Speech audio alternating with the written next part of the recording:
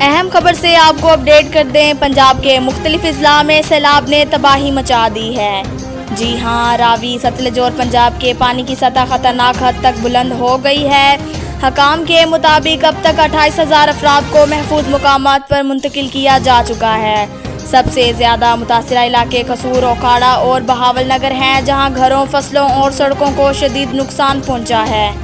Rescue ٹیمیں اور فوج کے جوان لوگوں کو کشتیوں کے ذریعے نکال رہے ہیں اور ریلیف کیمپ قائم کیے جا رہے ہیں، مگر مسلسل بارشوں کی وجہ سے خطرہ ابھی بھی ختم نہیں ہوا۔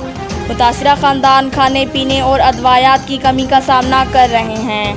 حکومت نے فنڈ قائم کرنے اور امدادی کارروائیوں کو تیز کرنے کا اعلان کیا ہے۔